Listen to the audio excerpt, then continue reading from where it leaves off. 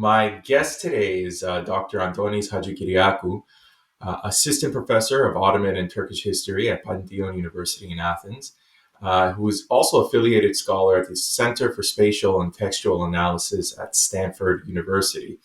Antonis earned his PhD in history at the School of Oriental and African Studies, University of London, in April 2011, and has held teaching positions and research positions at Princeton, Stanford, Boğaziçi University in Istanbul, the University of Crete, and the University of Cyprus.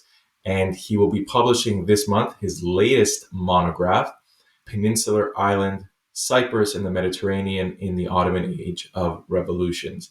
So Antonis, welcome to the History of Cyprus podcast. Thank you. It's a pleasure to be with you, and thank you for the invitation.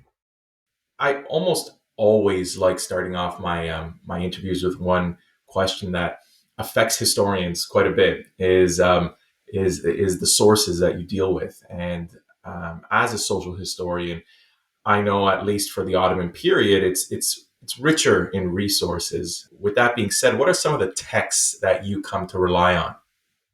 Indeed, the question of sources is very, very important. And in the Ottoman case, Ottomanist historians are blessed. Well, it's both a blessing and a curse, I suppose. The fact that we have such a vast amount of sources available. We have millions of documents kept in the Ottoman Imperial Archives in Istanbul, which cover, of course, a huge amount of geographical scope. And we have, with reference to Cyprus in particular, we have quite a lot of documents. Now, I say that this is a blessing and a curse because there is a huge variety in the typology of sources. So, very different kinds that require specialized skills in terms of paleography. And then we also have, it's a very rare occurrence that one historian or two historians rather would look at the same source. I remember as an undergraduate doing a course on Nazi history, for example. One of the first things that we learned back then was that pretty much every historian of Nazi Germany has looked at the same sources. So that allowed for different interpretations of the same primary material, different readings of the same primary sources, which is something that will enrich different points of view. In the case of Cyprus or the Ottoman Empire in particular, it's very rare that the exact same source will be read multiple times and interpreted in different ways. And this is why I say this is a blessing and a curse. I was hoping we could also start off by talking about the political climate in this period, just to give some context to listeners about what Cyprus was like. And in the late 16th century, a decision is made to invade Cyprus, which may not have been an easy one, as it necessitated breaking a peace treaty with Venice. And as far as we know, Cyprus didn't really even have that much to offer. But how was this reasoned in the period, in the time? Like, what were the roots of this conflict that would lead Venice and the Ottomans to war? How does the historiography of this conquest, how is it treated by scholarship now that we're talking about interpreting sources and in that similar vein?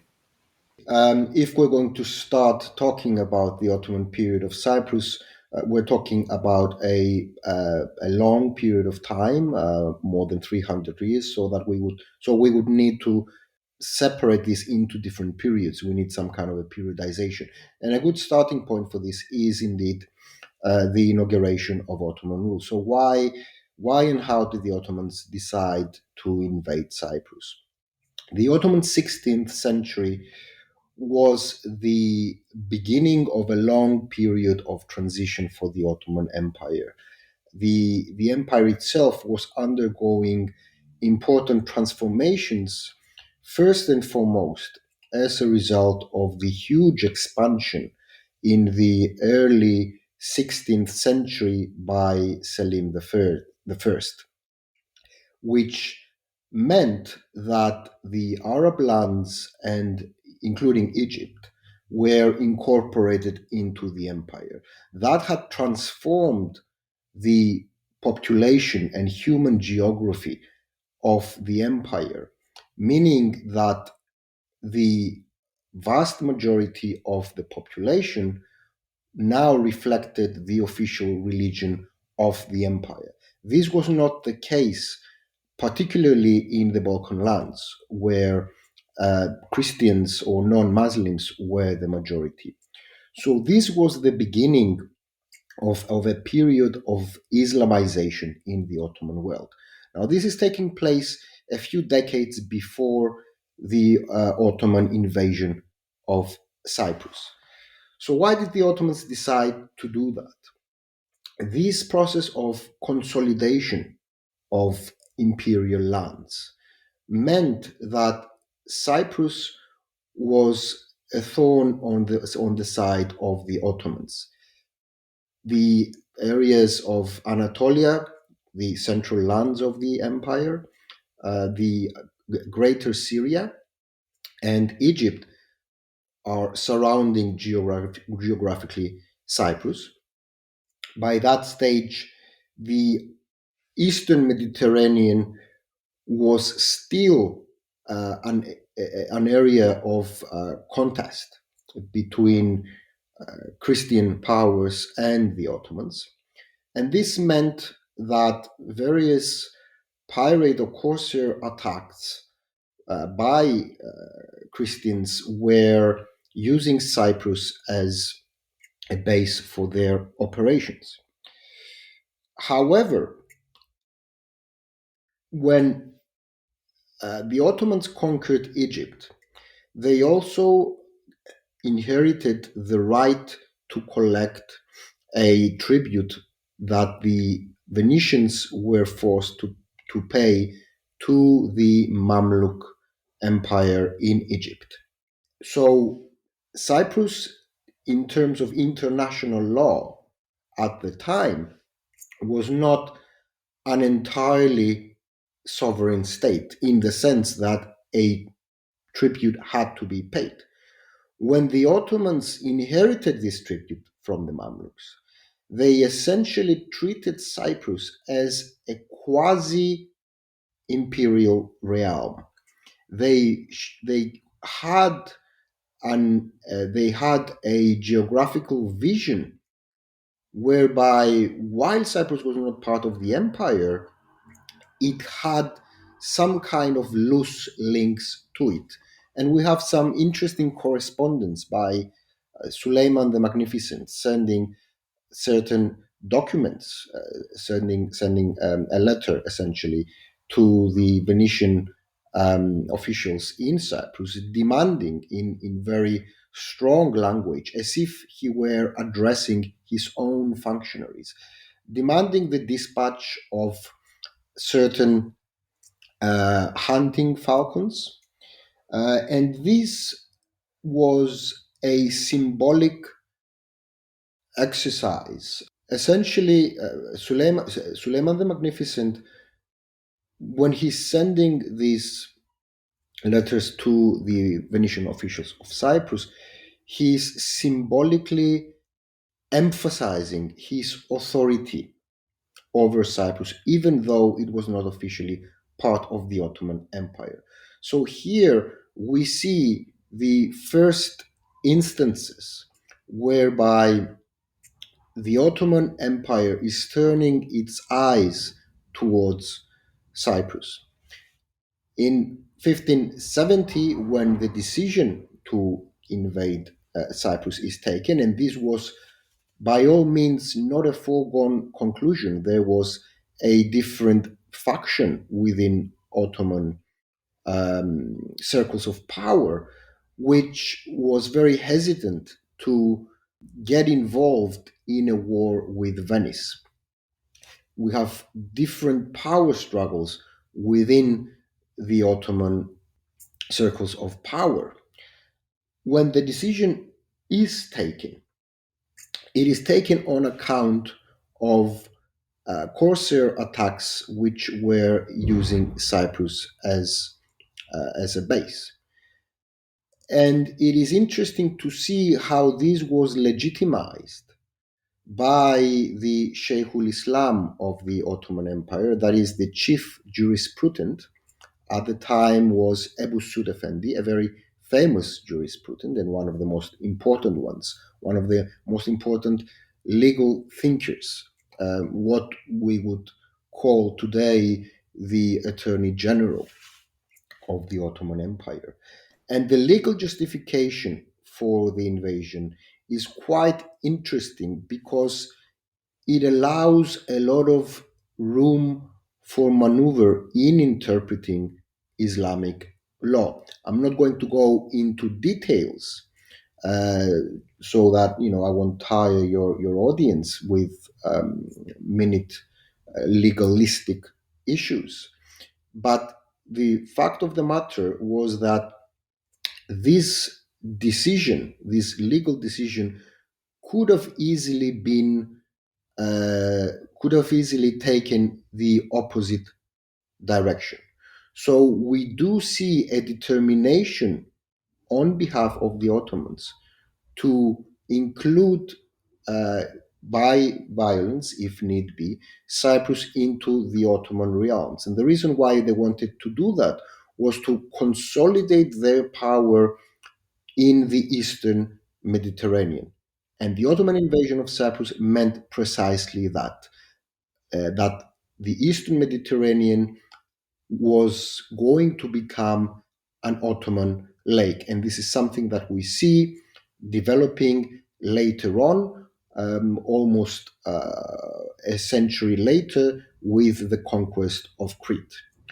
When the conquest of Crete took place, and this is another landmark point in the periodization of the Ottoman history of Cyprus, meant that the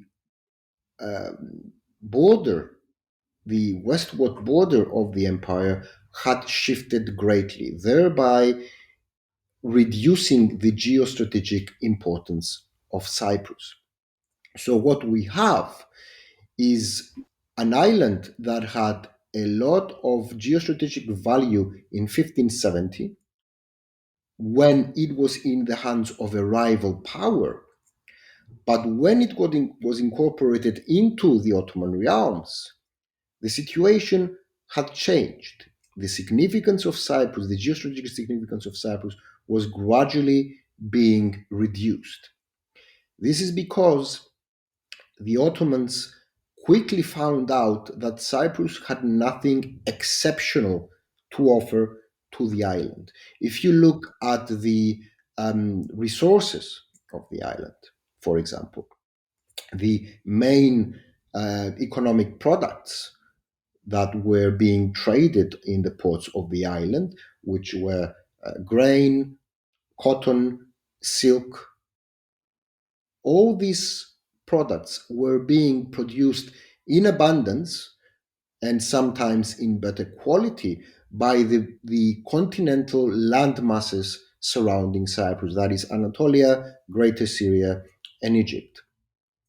So Cyprus, a few decades after its conquest, was not as valuable for the empire as it was originally hoped.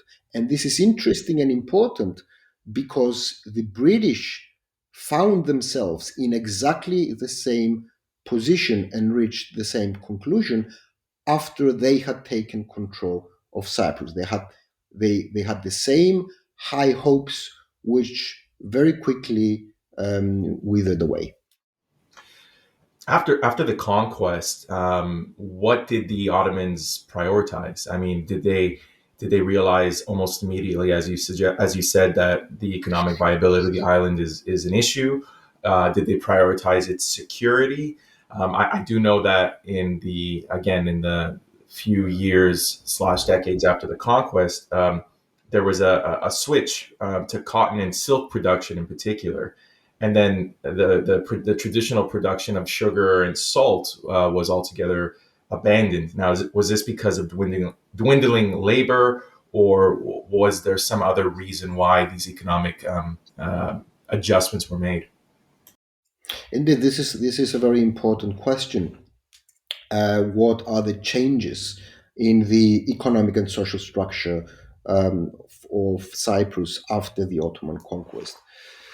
Older, earlier historiographies and older approaches, which have been found to not necessarily reflect the historical record, used to claim that the decline in the importance of Cyprus was due to the inability of the Ottomans to efficiently and effectively deal with the economy, that the Ottoman economic mind was somehow not developed enough to maximize the potential of the new province. However, the changes and as we can see as we will see, the decline in population and overall living standards was actually the result, and any changes that took place were actually the result of much more broader global even processes that did not just concern Cyprus or Ottoman policies in Cyprus. Which were those? Let's take sugar, for example. Sugar was a highly valuable commodity that Cyprus was very famous for in medieval times. Cyprus was the biggest supplier of sugar to European markets. And this is a time when sugar was an extremely valuable luxury good. It was far from the everyday commodity that we know and enjoy at present. This is a time that was even used as a ceremonial item. That is, it wasn't necessarily consumed because it was so highly valuable. And Cyprus was the biggest supplier for that. And it was indeed the site of Cyprus was the site of important innovations in the production and processing of sugar. However, sugar started a westward path or a westward trajectory of moving elsewhere and being produced with different modes of organization of labor and investment. Sugar was required a plantation economy and required slave labor for its production. When in the Mediterranean, slave labor was increasingly difficult to acquire, and because social conditions were improving, it was more and more difficult to have this way of organizing labor. And the production of sugar was becoming much more expensive. So by the by the 1490s, even Madeira emerges as the biggest supplier of sugar in Europe. It replaces Cyprus at the top of the list. Again, it's being produced with slave labor, but Madeira is further west, and it's also in the Atlantic Ocean.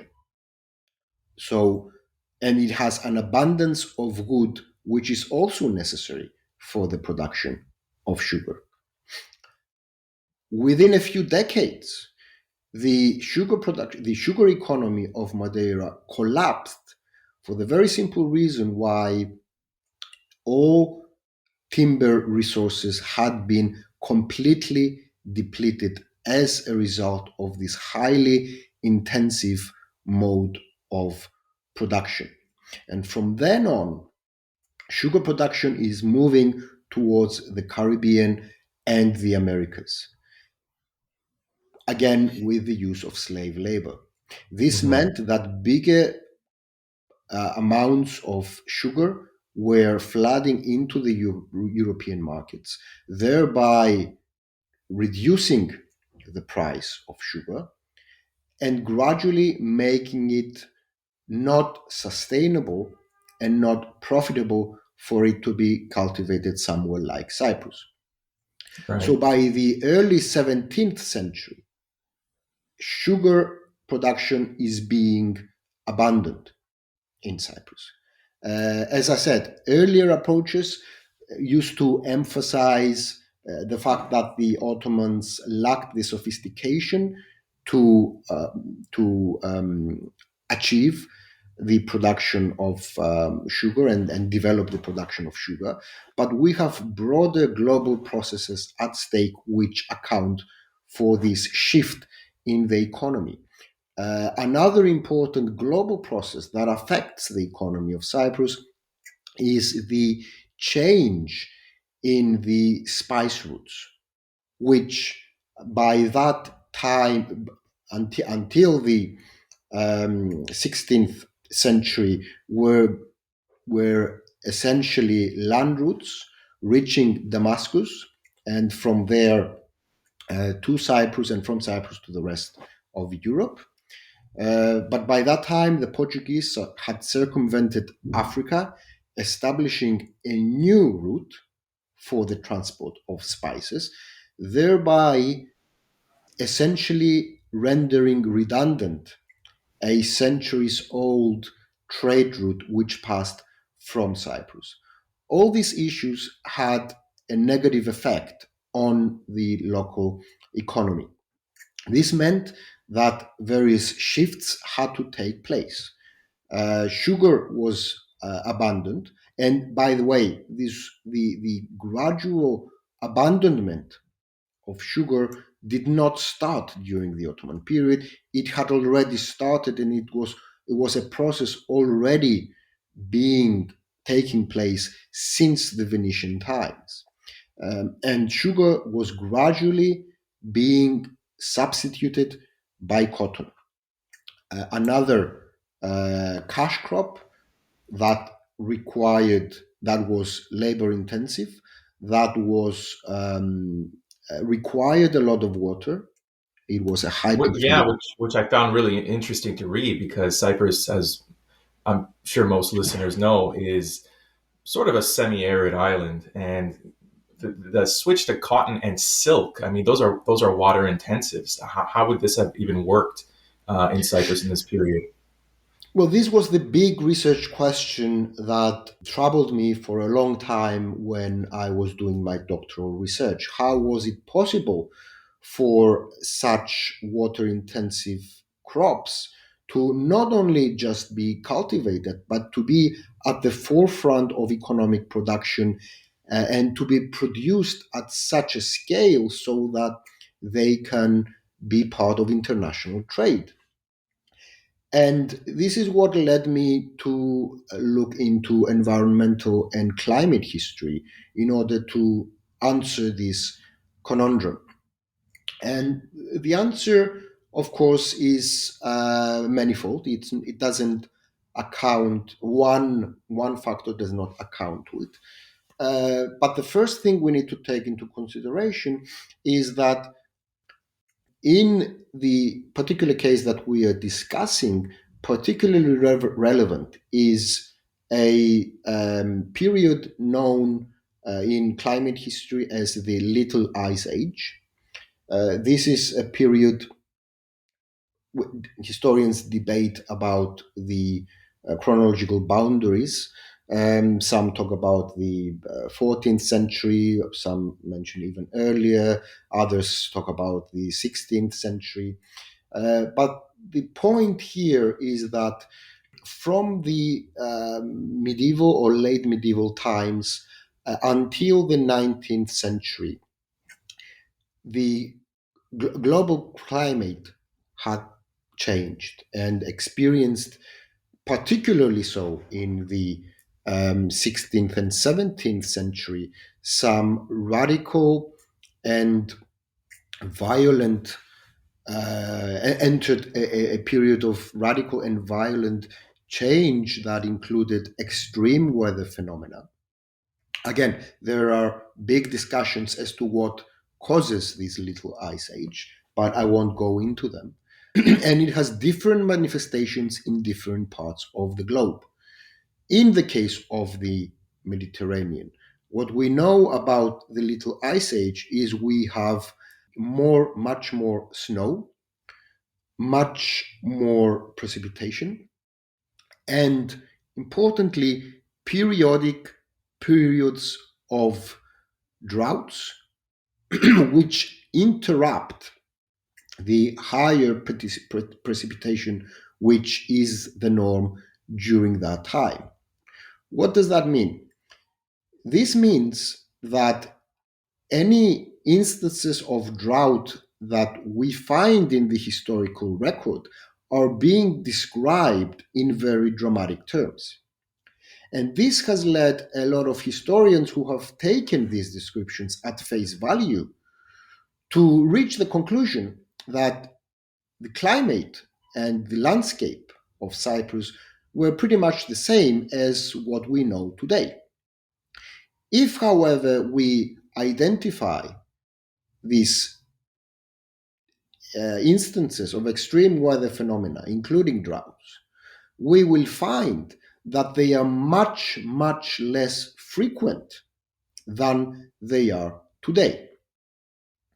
So we have all these instances of extreme weather phenomena and other elements testifying to the presence of, to the manifestation of the Little Ice Age in Cyprus, which can partly explain how these water-intensive cultivations were sustainable on the island. The second thing we need to take into consideration is that, and it's connected to the first one, what we see today as this semi-arid, arid even environment, this yellow landscape that one would encounter in present-day Cyprus, is the result of highly intensive processes, primarily of the 20th century.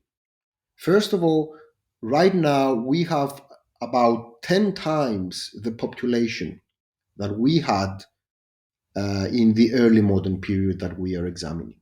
So this means that there is much more demand for water.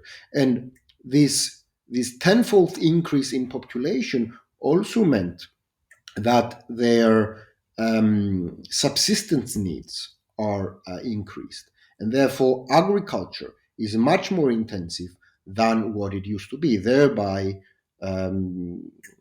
demanding much more water. On top of that, right now we have a tourism-based economy. And every year there is a high number of tourists that is manifold the population of the island, again demanding much, much more water. But all these issues have to do with external factors, with the environment and the climate of the time. What about human agency? Where do we situate human agency in these large-scale environmental and climatic processes? And here comes the third factor, which is the employment of centuries-old ancient methods of knowledge for water management and managing water resources with available means. One of them, for example, which is interestingly documented in historical maps or other sources, is the use of chains of wells, what is known in the Middle East as qanats. And this is something that comes from the ancient period, ancient world, and was a way to use and employ underground water resources, in which Cyprus used to be particularly rich because of its geological history. This is why, if you talk to anyone in Cyprus who lived through the second half of the 20th century, they will tell you about how wells were being dug and how important wells were, especially in the context of a single household. The new technological means of the 10th to 20th century allowed Cyprus to exploit even further underground water resources that were hitherto underutilized, let's say.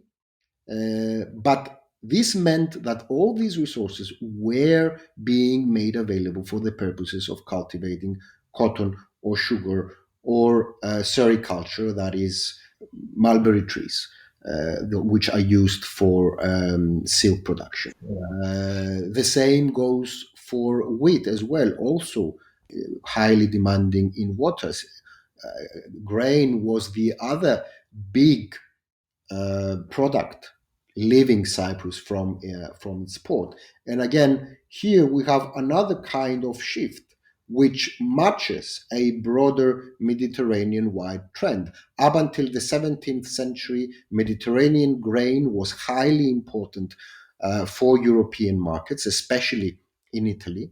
Venice was had a particular problem, faced important challenges in securing the carbohydrates through cereals for its population. Cyprus was the breadbasket of Venice up until the 16th and even 17th century. But by that time, again, global trade had changed. We have the Baltic grain coming into Europe, which had shifted the balance. And later on, much later on, we have the Black Sea grain trade that changes things, which overall means that the production of cereals in Cyprus gradually is being decreased. And this is something that we can vividly see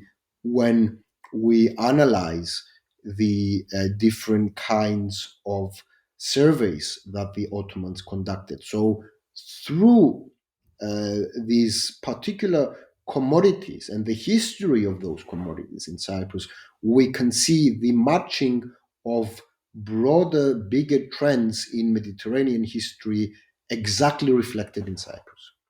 The in 1572, a firman is issued, which is, if listeners are not familiar with that term, I suppose the equivalent word would be an edict. And it's issued in 1572 to settle Cyprus. What was the settlement and the aim of that motive? Was it for reactivation of the economy and all these grandiose objectives that the Ottoman Empire has with Cyprus? Or was there another reason in the settlement of Cyprus in this period? Now we're moving on into issues of population, which again are very, very important in any understanding of the social history of the island. Cyprus came out of a bloody and traumatic two-war period of warfare. The population of the island had dramatically declined as a result of both the battles fought on the island, but also because most of the Venetian aristocracy had either perished in battle or were being held hostage and left the island. So we have a dramatic decline in population as a result of the war. That said, a closer examination of available sources shows that this was much more the case in the eastern half of Cyprus, in between Nicosia and Famagusta, where the vast majority of battles took place. Western Cyprus was much less affected by warfare, and we can see this very very clearly. And what we also can observe through mapping the population, the concentration of population in Cyprus at the time, is that we have a high concentration of people living in the mountains, living in the Troodos Mountains, which is certainly something worth noticing and analyzing. The Ottoman state had a range of methods, policies, ways of dealing with the incorporation of a province. It is known in the historiography as the Ottoman methods of conquest. One of them was to repopulate and re-energize the economy. And in order to do that, among other things, conversion, of course, is another one. And I have to emphasize that conversion in this instance was not forced, but it was voluntary. And to tackle another important stereotype in Ottoman history as well as the history of Cyprus is that before the 19th century, you had very few instances of, if not none in the case of Cyprus, of mass, large scale, and forced conversion. Let us not forget that the Quran itself forbids forced conversion. There is a famous passage in the Quran which says there is no compulsion in religion. So converting to Islam has to be the result of one's free will. So some people converted to Islam after the war. Other people were being resettled from Anatolia in order to re-energize the economy.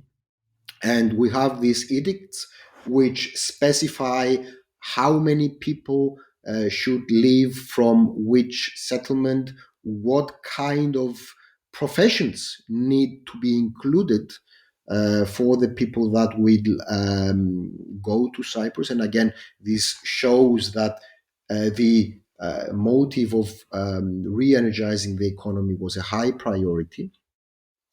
What we don't know is how successful was this process of resettlement was.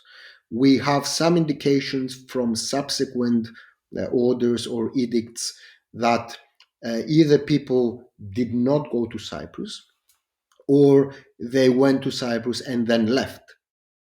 So we can never be entirely sure how many, what the extent of resettlement was. The one thing that I found interesting in this resettlement period is that this edict wasn't even necessarily a voluntary one. In fact, I think the decree mentions that those transferred to the island were known for their bad character and unlawful activities. I mean, not all of them, but some of them. So it reminds me a little bit about of Australia's initial settlement.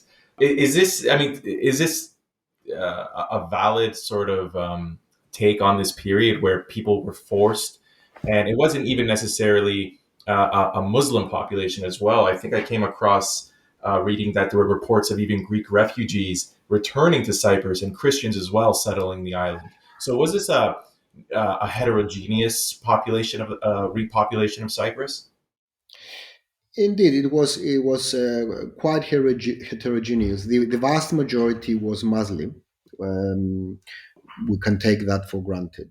Of course, we have had some attempts of to interpreting this policy, and some people have gone as far as to argue that even Muslims that were resettled to Cyprus from Anatolia were actually former Christians, thereby Greek in blood, leading to the rather the conclusion on rather shaky grounds that Turkish Cypriots, even those who came from Anatolia, were actually Greek. And as you can imagine, this is a problematic conclusion on historical grounds.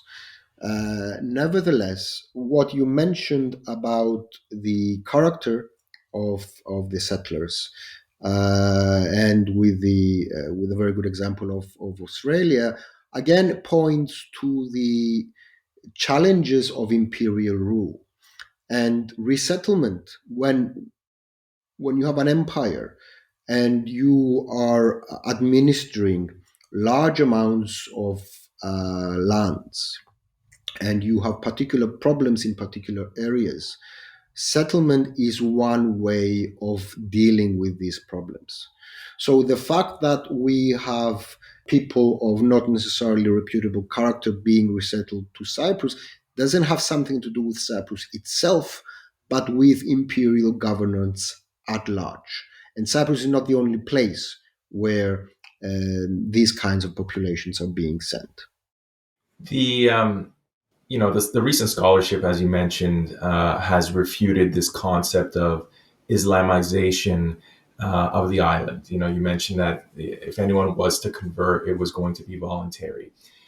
But I did come across a similar term, and I wanted you to just clarify what this is and what it means in the context of Cyprus, which is the term of Ottomanization of Cyprus. So, what exactly is that, and how is that different than the now refuted Islamization of Cyprus? What would this mean for Cypriots in this time, and what would it mean for Cyprus as a whole? Mhm. Well, first of all, there was never any policy of Islamization for Cyprus on behalf of the Ottoman Empire. This is the first thing we need to take into consideration. As I said, there was never any policy of forced or mass scale conversion, and this was for a very simple reason. Had the Ottomans done that, they would have lost a huge amount of revenue that non-Muslim populations would pay in the form of the jizya tax, what is known in English language sources as the head tax or the poll tax. So it was not to their economic interest to Islamize the island. The second thing we need to remember when addressing the question, your question, is that the Ottomans had a rather flexible and adaptable mechanism of integrating new provinces into their empire. So wherever the Ottomans went, whenever they integrated a new province into their empire, they never enforced a fixed and stable system that had overturned existing social, economic, and cultural realities. Rather, they, in a way, respected and they were very careful not to upset existing balances. And what this policy aimed at was the gradual incorporation and Ottomanization of that province without to minimize disruption. So, for example, Venetian feudal elites, which held quite a bit of land in Cyprus, they were neither forcefully converted, but they were rather integrated into the local administration. They were given timars. Their lands were their feudal lands were turned into timars. That is a given amount of land that is given to someone in exchange for their military services. So non-Muslims were part of the military establishment, And the purpose of these privileges, let's say, or the non-intervention policy was to facilitate the gradual incorporation of these populations and even their gradual conversion to Islam. After a generation or two, these former Christian or non-Muslim elite families would see that their interest lay in converting to Islam and be fully integrated into the Ottoman elite. And this is precisely what happened in the case of Cyprus, as it happened elsewhere in the Balkans, for example. I think a lot of listeners have probably come across the concept of linobambaki, which basically the loose translation is linen and cotton, which implies a sort of dual identity, a code switching of Cypriots who outwardly would identify as Muslim but would continue to adhere or practice orthodoxy. You know, considering on the topic of conversion, to what extent did this group of Cypriots, exist in society? Has it been overstated? Is this something that's not really well documented? What can you tell us about those groups of people? This is a highly contested issue, again, as you can imagine, because this is, uh, as you correctly pointed out, this is a group of people that had a dual identity, both Christian and Muslim. Therefore, they are a group claimed by the two biggest ethno-religious communities of the island. However, it is a highly misunderstood or partially understood issue in Cypriot history. The first thing we need to understand is that, especially in Greek Cypriot historiography, these people are described as crypto Christians. The historical record shows that these people were not crypto Christians. That is, they were not consciously, there is no proof that these people consciously concealed a Christian identity to avoid any kind of atrocity and were therefore publicly Muslim. These were people that had both identities. They were both Muslim and both Christian. Even a crypto Christian, for example, would imply that maintaining a Christian identity was a solely private matter. We have a lot of evidence showing that practicing using a Christian name or going to the church was a public affair. Therefore, we're not talking about a crypto Christian group, but we are talking about a group with a mixed and hybrid identity, as the term used, linovambaki, linen cottons, very accurately and vividly describes. The other thing we need to remember is that it is not entirely certain which kind of Christianity these populations practice. We have again several kinds of documents and sources which point to the conclusion that at least some of them were Catholics or Maronites. And in the 19th century, and especially after the inauguration of British rule, there was a policy of bringing these populations back to the Orthodox Church, and they were given even economic power was used to facilitate or even force the inclusion of these populations into the Greek Orthodox Church. So to say that Linovamvaki were Greeks or Christian Orthodox populations that went back to their original confessional denomination is not supported by the historical record.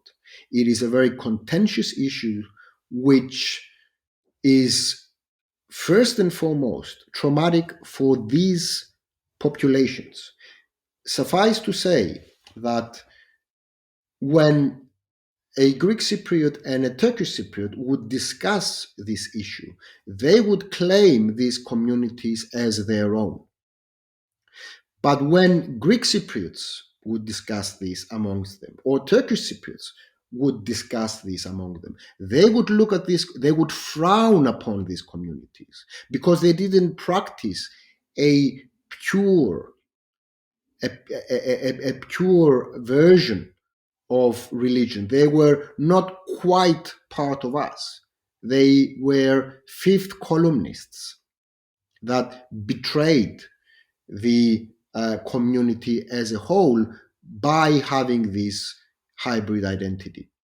Therefore, they've been marginalized and criticized and even ostracized internally as long as, or until rather, these populations became a point of contention from the second half of the 19th century onwards.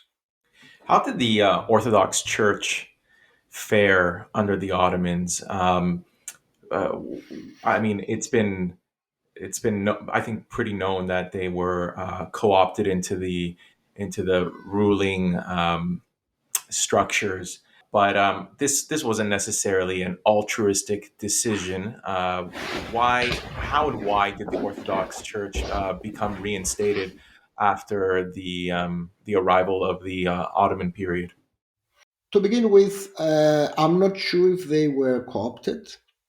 And to be entirely honest, I'm not entirely sure about the altruistic nature of this decision. What we do know is that the Greek Orthodox Church during the Venetian period was being persecuted, and the inauguration of Ottoman rule essentially meant the reinstatement of the Greek Orthodox Church in Cyprus. And as a new structure was being established at the time, this was no simple issue. And we have a lot of tension taking place in the first century of Ottoman rule within the realm of the Greek Orthodox Church. A lot of the early archbishops of Cyprus, as the work of Marios Hadjianastasis has documented, actually had crypto-Catholic sympathies and tendencies, going as far as sending oaths of allegiance to the Pope in Rome. So again, we have another example of hybridity, this time at the top echelons of society where elites were concerned, trying to maintain both a Greek Orthodox and a Catholic confession. This, of course, is highly political, and economic and social issues are involved in this. This is a time in the 17th century when Cyprus is being reinstated in international trade. Commerce is picking up again after the war.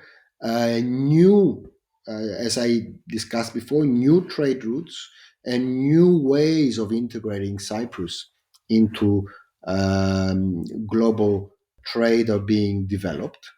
The port of Larnaca is substituting Famagusta at the time, and all the consulates are being based in Larnaca. And there you have competing loci of power, be they Venetian, be they French, be they Dutch, or English. And this is the time of the Counter-Reformation. And we have, again, the reflection of larger processes in the Cypriot setting, like the Counter-Reformation, being reflected in the politics of the Greek Orthodox Church. So one would wonder why the Holy Synod of Cyprus denounced Calvinism, where there was little presence or activity of Calvinists on the island. Or we have one archbishop, Hilarion Kigalas, who became Archbishop of Cyprus, having been excommunicated in Western Greece for Catholic missionary activities in those areas. So, in the first century or so of Ottoman rule, the consolidation of structures of power of the Ottoman Church was far from simply regaining a Greek Orthodox character, but it was a site of contentions and competing political and religious agendas, which from the latter decades of the 17th century onwards consolidated to what we now know and can identify as the Orthodox Church of Cyprus. What was its function besides administering to the spiritual needs of the Christian Orthodox communities in Cyprus? What was its function with regards to the Ottoman rule? Sure. Well, the church is a form of obviously organized religion and has means of communication and exerting control over the faithful. So it would seem as an obvious point of departure for the execution of official administrative tasks or duties. This is the first thing we need to remember when we talk about what was the role of the church in the administration of Cyprus. However, there is a big misunderstanding. Perhaps not all of your listeners may be familiar with the term, but I'm sure a lot of them are. There is something called the millet system in the Ottoman Empire. Millet means, it has various meanings, but in this context, it means religious community. And in subsequent centuries, or rather in the 19th century, it also acquires the meaning of ethno-religious community. And the theory behind this millet system is that the head of the confessional group, in this instance the archbishop, is responsible for the obedience and fiscal affairs of the flock. This is an interpretation that proliferated in the 19th century and the 20th century, and indeed, even until today, the very idea of ethnarchy, which is very popular in Cyprus, and this is something that Archbishop Makarios used quite frequently, starts from the idea of the millet. However, again, this is something that there is no historical evidence for the existence of a millet system that is a hierarchical, institutionalized system whereby the archbishop was always the head of the community. There is no such a system prior to the 19th century. What we had before the 19th century were sometimes looser, other times quasi-institutionalized forms of communal organization along confessional lines, yes, but not exclusively for clerics. That is, communal leadership was an affair that required a balance between secular and clerical elites. And we may talk about intercommunal relations, for example, like the relations between Christians and Muslims, but equally important are the intra-communal relations, that is, the relations within the community. And communities are social bodies, and social bodies entail tensions, divisions. They have hierarchical structures. There are social differences between them. There are competing political or economic agendas. And this is exactly what happened in the case of communal organization in Cyprus. Sometimes we have clerics and laymen collaborating and working smoothly together. Other times we have intense power struggles between them. And when we have intense power struggles between them, we see either of them, either clerical or secular social groups, having no scruples to collaborate with the quote unquote opposite members of the opposite religion, with Muslims, that is, in order to further their own political or social or economic agenda. And this is something that should not surprise us. This is very much part of everyday coexistence in a multi-confessional society. Relations between different ethno-religious groups are not simply characterized either by peaceful coexistence on the one hand or conflict and tension on the other.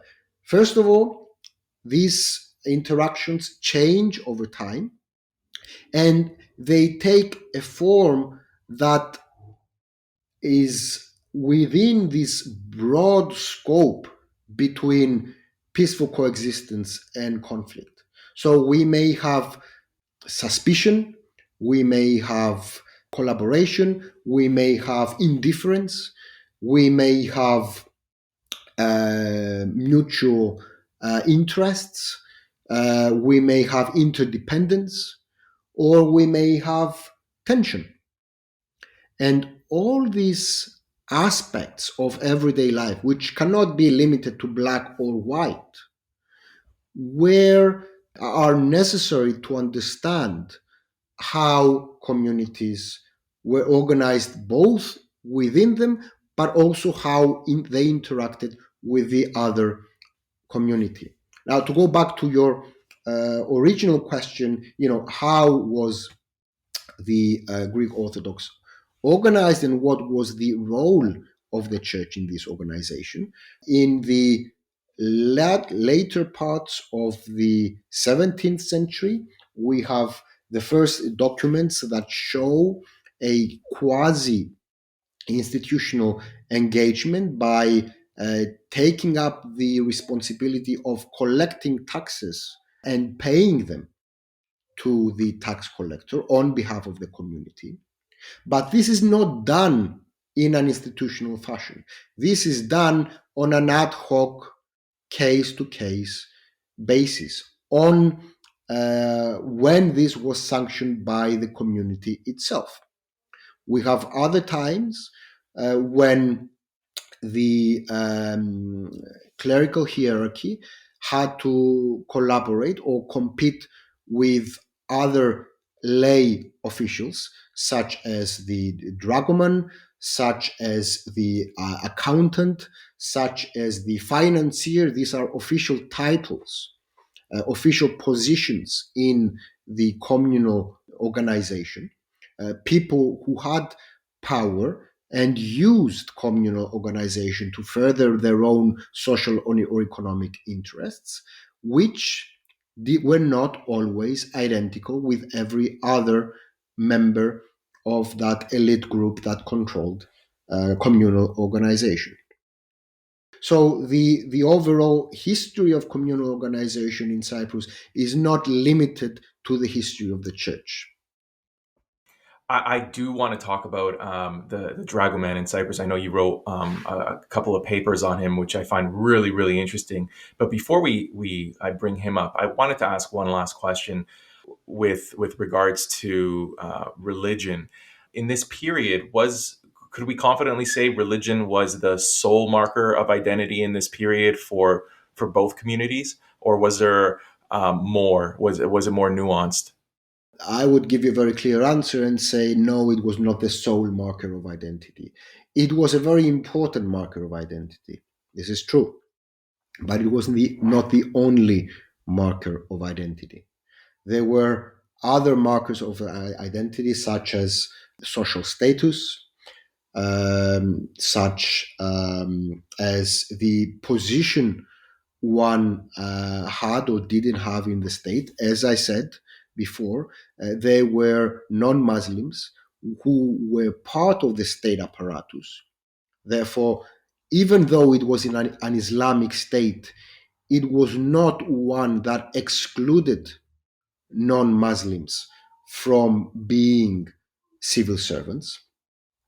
And there were many other ways of showing of how social status or social position was important. For example, in the case of the guilds and artisans who had particular skills and standing in society and economy, whether one was a merchant or a moneylender or both, indeed. So, to answer your question, identity, as in any other period of time and as it is today, it was a much more complex issue than religion. We may think that because religion was a very important issue in the Ottoman Empire, and rightly so, because the Ottoman Empire was a theocratic state. But religion was not the sole determinant of the administration of daily affairs in the Ottoman Empire. Indeed, the Ottomans themselves frequently arguably violated the Quran or divine law in the name of pragmatic, everyday administration of fiscal or other affairs. So the Ottomans themselves knew very well that religion is not the only thing that matters, and that we cannot administer an empire solely by implementing religious dogma. Right, because I'm reminded of accommodations that were made for the Greeks on Cyprus. For example, the special dispensation that they were given to sell wine. Otherwise, that would not have been allowed in a purely Islamic empire. This is an excellent example. Again, to show you what kind of misunderstandings and misconceptions arise from these literal readings of legal or religious texts. In Crete, for example, it has been argued that wine production had declined after the arrival of the Ottomans, because the Ottomans, being an Islamic empire, they discouraged the cultivation and production of wine as it is prohibited by Islam. First of all, we know that at the very least, some, if not quite a few, Ottomans enjoyed consuming alcohol despite the religious prohibition. Secondly, if we look at the economic and fiscal documentation, we not only see the existence and the production of wine, but actually the proliferation of wine. And even in the case of Cyprus, if you map vineyards in 1572, when we have the first Ottoman survey of the island, and 1832-33, when we have the next available survey, and we identify the positions where vineyards are being recorded. In the first case of 1572, vineyards are highly concentrated in the mountain range of Troodos in Cyprus. In 1832-33, it has proliferated much beyond this mountain range, and it's being cultivated to about 2/3 of the island. So this shows that even though wine is a prohibited commodity in Islam, it had actually proliferated during the Ottoman period. And what I want to emphasize again is that historians may read legal or religious texts and sources which describe an ideal society according to religious dogma. But we should not forget that that's exactly what it is, an ideal description. It is not a reflection of reality. It is what the authors of these sources may have thought that this society should look like. The actual daily goings-ons in that society are very different from what dogma describes.